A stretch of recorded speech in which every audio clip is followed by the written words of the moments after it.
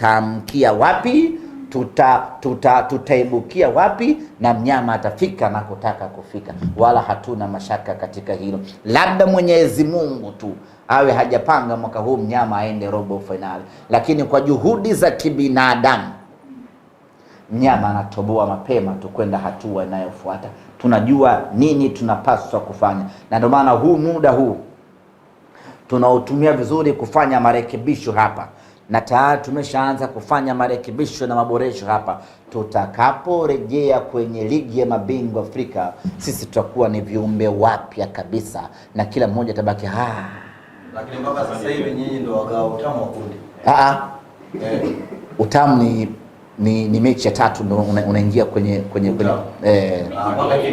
mechi ya tatu. Mechi mbili huwezi kuita utamu.